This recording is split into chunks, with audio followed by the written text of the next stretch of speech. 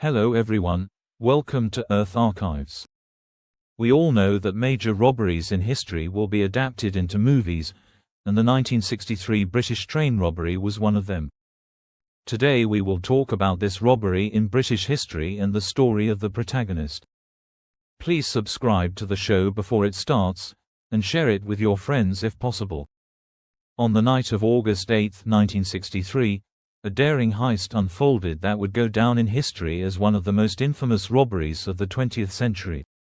A Royal Mail train, carrying a substantial shipment of old banknotes, was on its way from Glasgow to London. Little did the train's crew know, a carefully organized gang of 17 criminals had been lying in wait for hours, ready to strike at the perfect moment. The train was about 35 miles from London when it was ambushed in the countryside of Buckinghamshire. The criminals had expertly tampered with the railway signals.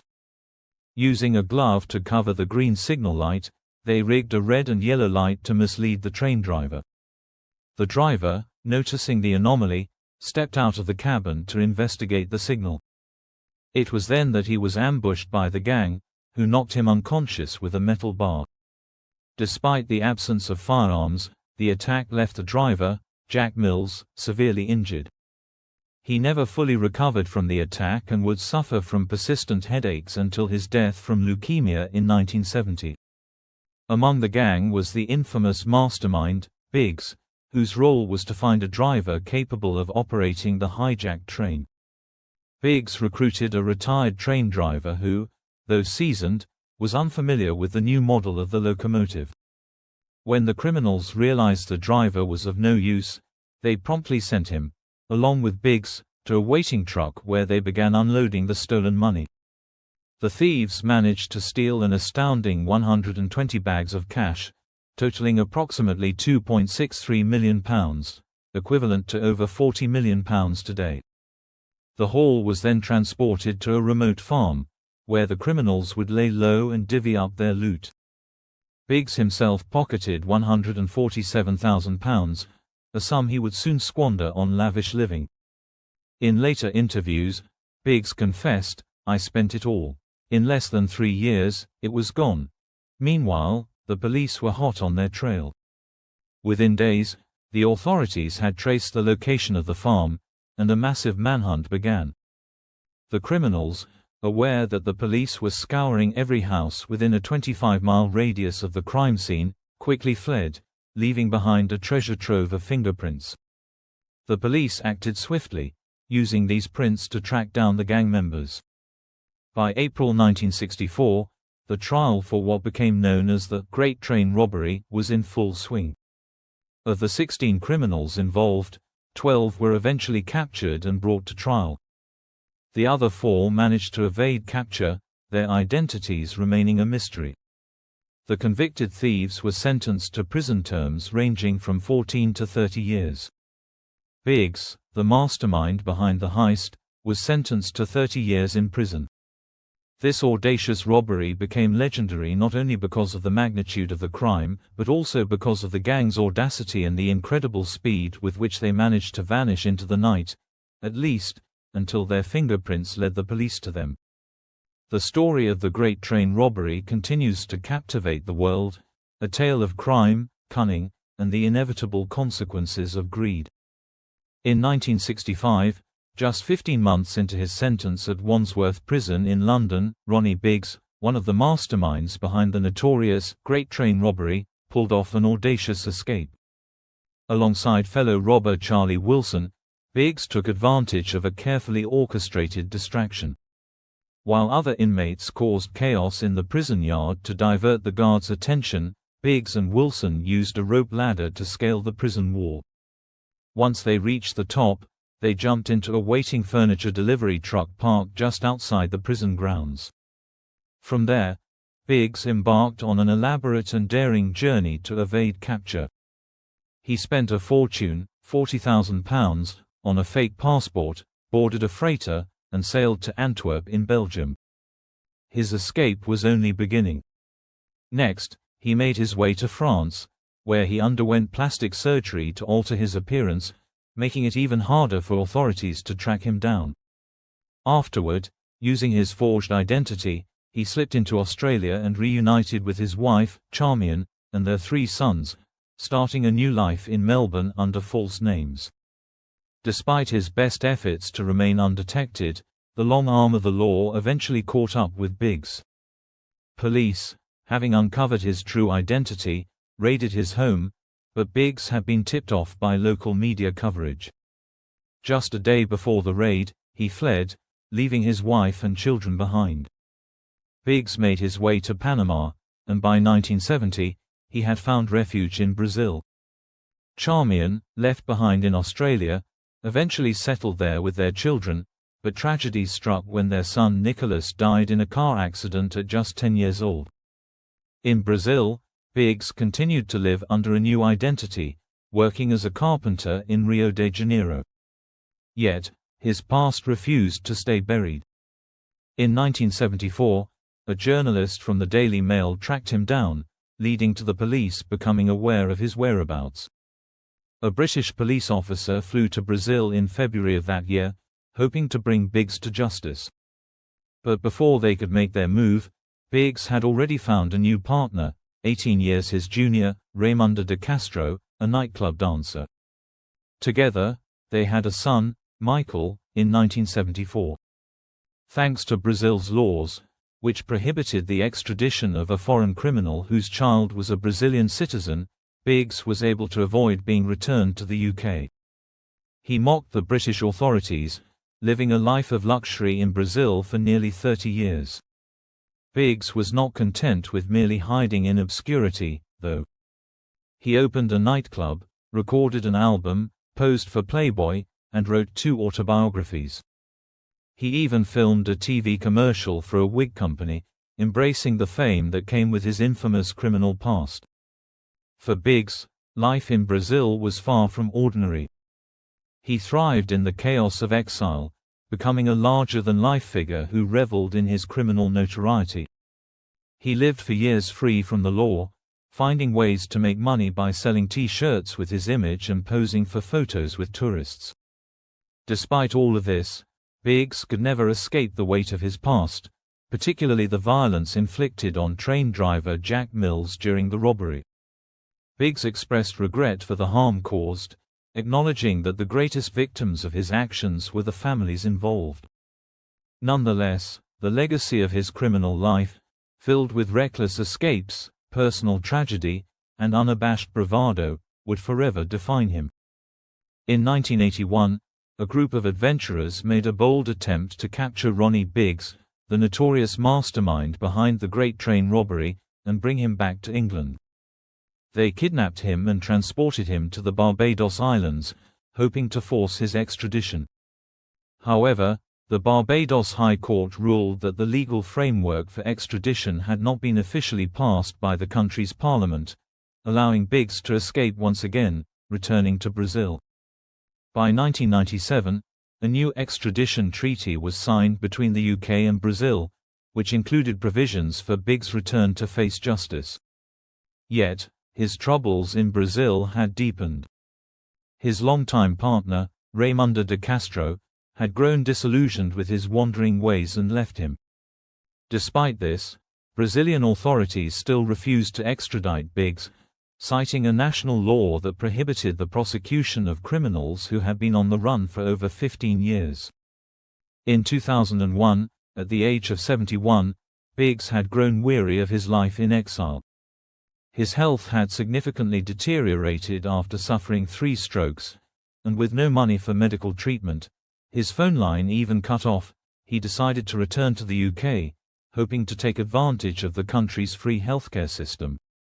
Against his family's wishes, Biggs emailed Scotland Yard, expressing his desire to surrender and asking for a British passport. He struck a deal with the Sun newspaper, which arranged for a private jet to fly him back to England in May 2001. The plane was stocked with curry, yeast extract, and beer, reflecting Biggs' longing for the comforts of home. Biggs explained his decision to return after decades of evasion by saying, "I'm sick. My final wish is to walk into a pub in Margate, as a British man, and have a pint of beer.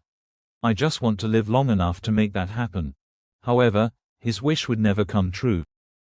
As he stepped off the plane at Heathrow, he was immediately arrested. Within hours, he was in court and sentenced to life imprisonment. Just a month later, he suffered his fourth stroke and was sent to the hospital.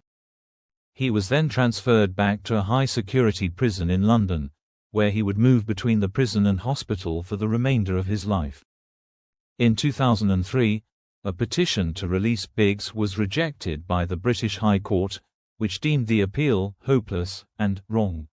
In 2009, British Justice Secretary Jack Straw denied Biggs parole, stating that he had shown no remorse for his crimes. However, in August of that year, under humanitarian grounds, Biggs was released from prison just 2 days before his 80th birthday. Despite his release, Biggs' life continued to be marked by tragedy and estrangement. His son, Michael, from his relationship with Raymunda, went on to become a famous Brazilian pop singer. However, Biggs' 2 sons from his first marriage to Charmian rarely spoke to him, harboring deep resentment for the way he abandoned them and betrayed their mother. Charmian had made a final attempt to save their marriage by visiting Biggs in Brazil, but it ultimately ended in divorce. In 2002, Biggs, now unable to speak, married another Brazilian woman in a prison chapel. At the ceremony, he could only communicate his consent by holding up a sign. Biggs' financial situation in Brazil was far from stable. During times of money troubles, he resorted to selling T-shirts with his face on them and charging tourists £25 for photos with him. Despite his notoriety, he had fallen into poverty, relying on his criminal past for fleeting moments of income. When reflecting on the violence that occurred during the train robbery, Biggs expressed regret for the harm done to the train driver, Jack Mills, who was assaulted by one of the robbers. Yet, he added, he wasn't the only victim. The biggest price paid for the Great Train Robbery was by the families. Our families paid a heavy price for what we did. I deeply regret that. Biggs lived the rest of his days in Brazil, far removed from the life of a fugitive he had once embraced. Yet, the legacy of the Great Train Robbery would never leave him, and his story, filled with escapes, exile, and eventual return, would remain a dark chapter in British criminal history. Ronnie Biggs was born in 1929 in Lambeth, London, a district that would serve as the backdrop for much of his turbulent life. From a young age, Biggs was involved in petty crime, his first arrest occurring when he was just 15 years old for stealing pencils from a shop. By the time he was in his early 20s, he had already been convicted 9 times, his criminal activities escalating with each passing year. In 1950, Biggs took part in a daring casino robbery, signaling the beginning of his life as a hardened criminal.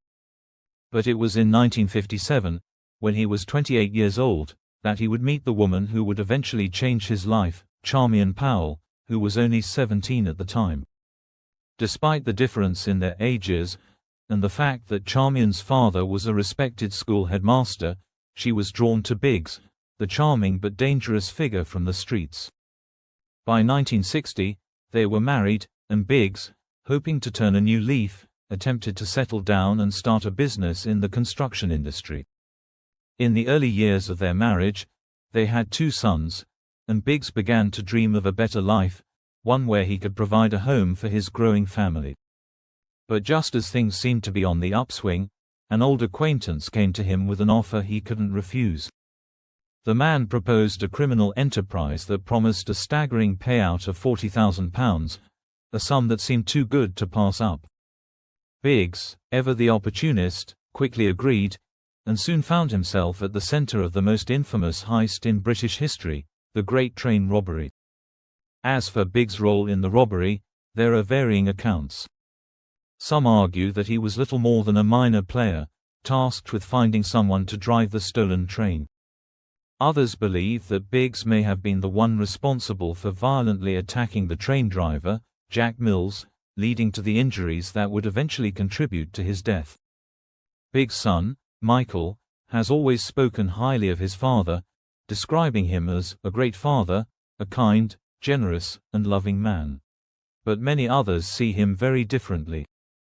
The Secretary-General of the Train Drivers Union, while sympathizing with Biggs' family, was quick to denounce him as a criminal and an insignificant figure, whose involvement in the violent robbery led to the death of an innocent man.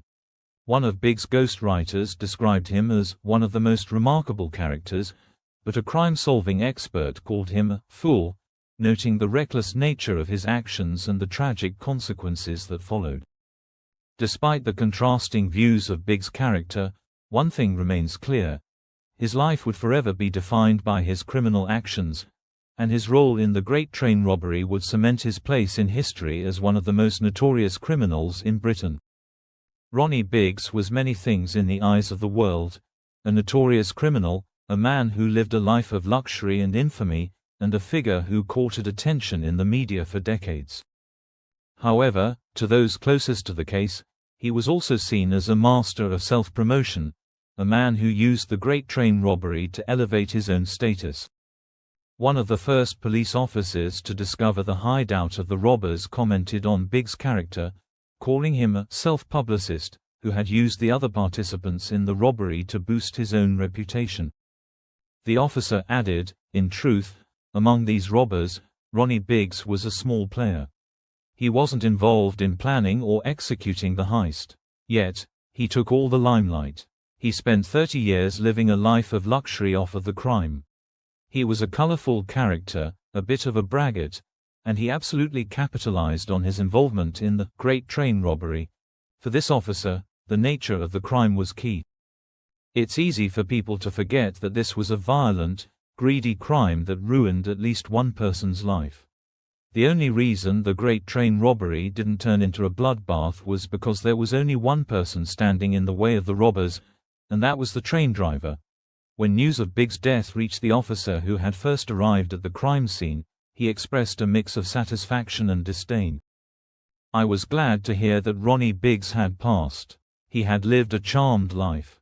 Despite his crimes, he lived it up. And then, when he came back here, expecting sympathy, he was sent to a nursing home. I'm happy I lived longer than him. Otherwise, my job wouldn't have been worth it." The British media also had a sharp summation of Biggs' life.